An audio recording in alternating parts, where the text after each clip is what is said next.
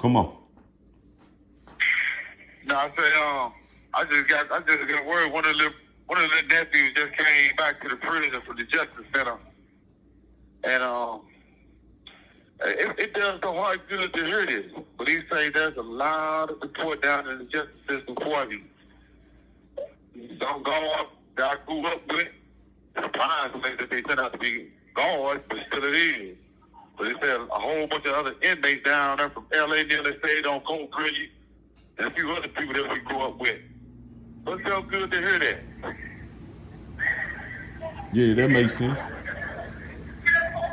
So listen, right? Tell these people your name and your situation. Here, this round 2. Go ahead. All right. This is St. Louis, and to the rest of America. I'm Christopher Dunn. I've been locked up for the past 33 continuous years for a crime which I had nothing to do with.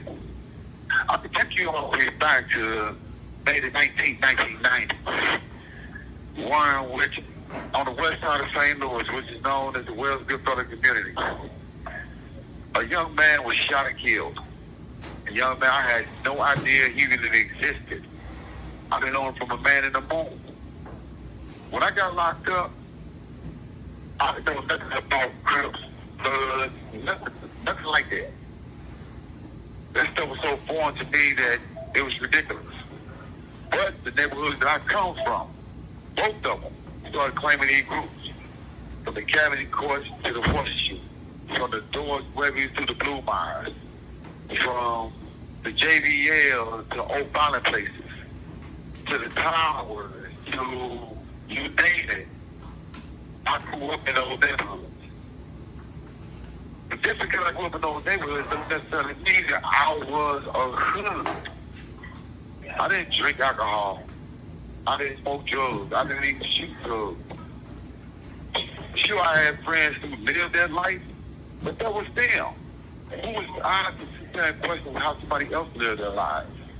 But at the same time, I go back to 1990 when this young man was shot and killed. I had nothing to do with his murder. But the day before he was killed, he shot a man himself. Unfortunately, there's strong belief that the man came back the following night and killed him. But see, I got convicted in the city of St. Louis. And while I'm sitting there in prison thinking about the prosecutor office, the name, Judge Stephen Omer, same judge that you have right now is downtown in the 22nd Judiciary Court building. He knew that the witnesses were falsifying the testimonies against me. He knew that the witnesses was going to lie. He still used their testimonies to put me in prison. Now get this. There it is. One of the witnesses, like I said before, kicked the apartment building in, robbed 7 people, shooting dice, shot a 1-year-old boy in the face, and blinded him in the eye. But the prosecutor felt the need to dismiss that case and take it up under advisement, just so he could use that witness to prosecute me. Sadly to say, the kid became a victim of the system himself. He later joined the prison ranks. He's in prison right now with one eye. Now, the same kid who testified against me is in prison because the prosecutor gave him a 3-year probation deal to testify against me. I wasn't no drug dealer. I wasn't no gang member. But still, they felt the need to do what they had to do to get me out the streets, which is sad.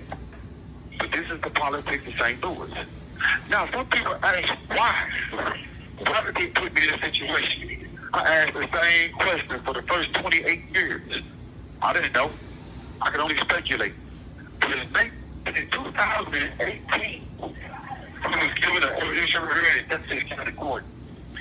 And the witnesses came to court, got up on the stage, and actually admitted why they chose to lie on me. Because I told them they could not sell drugs in front of my mother's house. Or because I told them they couldn't sell drugs to pregnant women in my neighborhood. Or because I told them they couldn't sell drugs in front of a church that was on the side of my mother's house. Is that enough reason to take my freedom? That's enough reason to take my life? It makes no sense. Now, this same witness is in prison for killing his girlfriend because she chose to break up with him. He was given life without parole plus 45 years. But these are the type of people in which the society embraces. And when they come to prison, also I still embrace them. I don't care if you crip or blood. They still embrace them. I can't sit there and say that the dude was a rat, because in order for him to be a rat against me, that means I have to have committed the crime, or that I participated or facilitated the crime. I didn't know nothing about the crime. All he did to me was lied on me and took my freedom from me. He helped the prosecutor them take my freedom. Now here it is. 33 years later, I'm still in prison. Kimberly Gordon says that I'm innocent. Inside Edition did a special, said that I was innocent. A magazine was just written with 11 pages, known as the New Republic. It's the July and August issue of 2022. And you can read the entire story in there as to what I've been going through. Listen, I done had 3 heart attacks. 2 of them, I was gone. The first, I left this world for 4 minutes and 13 seconds. Listen, I'm not saying that I'm an angel, but I don't deserve this. Sure. Have I had fights? Have I beat people up? I've done that before. Who haven't? But I've been beat up before too. But at the same time, though, I'm human. I make mistakes. But I haven't made a mistake that justifies my incarceration either. I'm sitting in a prison one in which the majority of the population is under 30. Kids that wasn't even born when I first got locked up. Now here it is. They think being in prison is the thing to do. It's the place to be. But it's not. You got to ask yourself, what is your life worth? You see, I'm looking at my mother now. My mother is 71 years old now. When I left, my mother was still young. St. Louis, America, he's saying this. Before I leave this world, I pray that I'm able to gaze upon this place just one last time in a free world.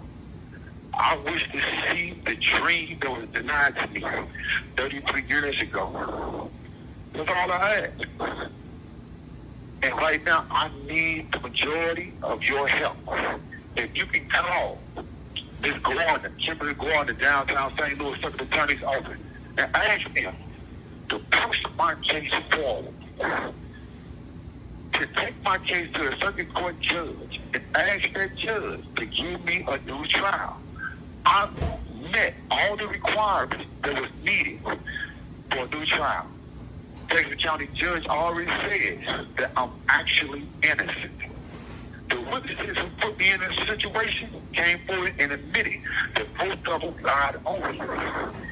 So if all the evidence that they had against me was 2 kids who admitted that they lied, and what evidence do they have against me now? It's just like that old quote in the description. If God is for you, then who can be against you? No weapon against me to prosper. If that's the case, then why am I still here? I need help. I don't care if you write. I don't care if you email. I don't care if you call them. It needs to be heard. Your voices can speak for me. I can't be heard. I'm over 2.5 hours away from St. Louis in a small rinky-dink town called Licky, Missouri. I'm 43 minutes, probably an hour away from the Arkansas border. Believe me, this is about the far as you can get in the state of Missouri from home, especially if you're in St. Louis. Since I've been in prison, I have done everything that you could possibly think of to advance myself and go forward. I have filed every motion you can possibly think of to get to where I'm at today. Listen, I need help. I'm not going to sit here and tell you how I don't. I have never been that type of person to ask for help. But now I need your help. Rather you contact the Attorney General office, he's not going to do that. That's very Smith. He's not going to do that. He want to save his voting runs for the Senate seat.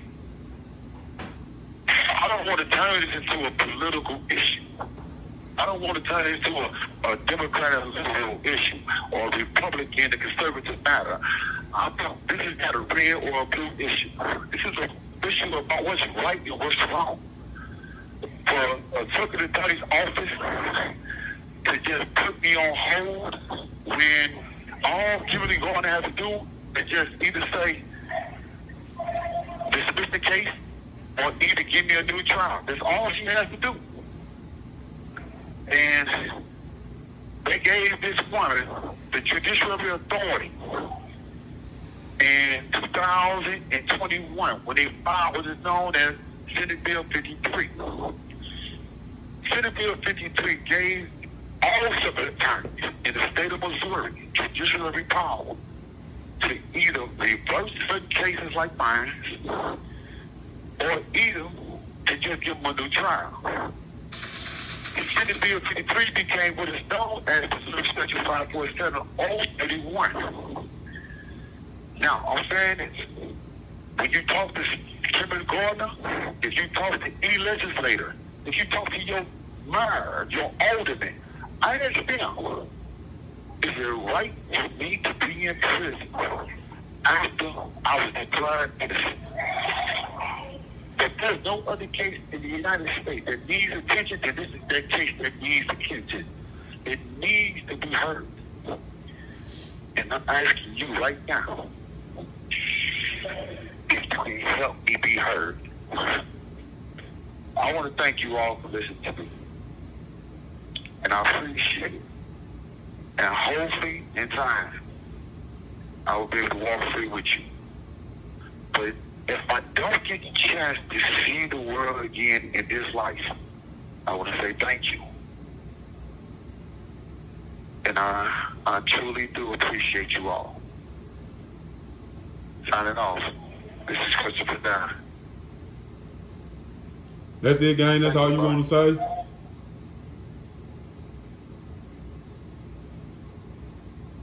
Hello? I'm here. That's it, gang. That's all you want to say? Well, I mean, I'm like this, big bro. The world needs to hear this. I mean, I have a wife. I have a beautiful, beautiful kid that I call my ducky. I look at my mother, my nieces and nephews. I need to be home to them. I need to be free. I don't want to see nobody else have to fall for the same antidote. I don't want to see nobody else that have to experience the same situation that I'm going through right now. I'm probably 1 in 100, if not thousands, of actually innocent cases that's out there. But my case is the only one thus far that has a freestanding claim of actual innocence. Where in the state of Missouri, they don't recognize it. That means that I can die in prison, even though I'm actually innocent of a crime. That old wise tale that your parents used to tell you back in the day is easy as hell to get in trouble and hard as heck to get out of it. It's true. It was easy for the two little boys to sit there and allow me. But look, it's hard as heck for me to get out. I proved that I'm innocent. Now I got to prove that Missouri needs to recognize a freestanding claim of actual innocence. We need to overturn what is known as the Lincoln versus Cassidy decision. What I'm asking Missourians to do, I ask these politicians, ask these state representatives, ask these circuit court judges, ask these prosecutors, who do they want you to vote for this coming up November? Because in November, you have the power to put in place those who you believe that's going to actually do the job that's going to benefit the people. You're the people. We're in prison. We don't have a vote. I'm going to ask you to vote for me. I'm going to ask you to go out there and vote who's going to be your next circuit court judge. Ask if Judge Stephen Omar should still be in office. Ask should he be on recalled. These are the questions that people need to be asking. Ask the judge or ask the circuit attorney in office, why is it that Christopher Dunn is still in prison? Why have y'all not given him a new trial? If you don't believe that I'm innocent, according to your standards, then give me a new trial. I use the same exact evidence that you used to convict me to free me, plus additional evidence. So if the evidence was good enough to convict me, then let it be good enough to free me. That's all I'm asking. Now, for those who want to assist me financially, please, just look at, I got a web page out there. Just look at Justice for Christopher Dunn and read about it. And you're going to see exactly how you can help. I need a private attorney, someone who's going to get in the streets and do the job that's necessary. I need to hire a new pathologist expert, someone who's willing to look at the autopsy report so they can explain why this person got shot on the left side of their head when the shooters were shooting on the right side of the victim.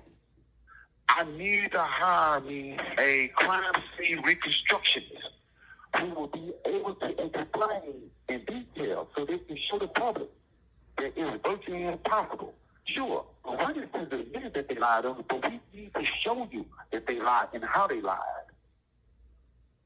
I need your help. I need the help of not just St. Louisans, but all America. Anyone who's willing to come forward and assist me, to assist justice, to assist the victim of this crime. He and his family deserve justice also. I'm not going to deny them that. They lost a relative, so the family deserves justice too. But the family should be outraged with the police, Gary Stidham. They should be outraged with him and his conduct. His action led to this. They should be outraged with the prosecutor's office, which is Steve Omar, who is a judge now. They should be outraged. America and St. Louis, I need your help. And I thank you again for giving me this opportunity to speak to you. Signing off, Christopher Dunn. All right, gang.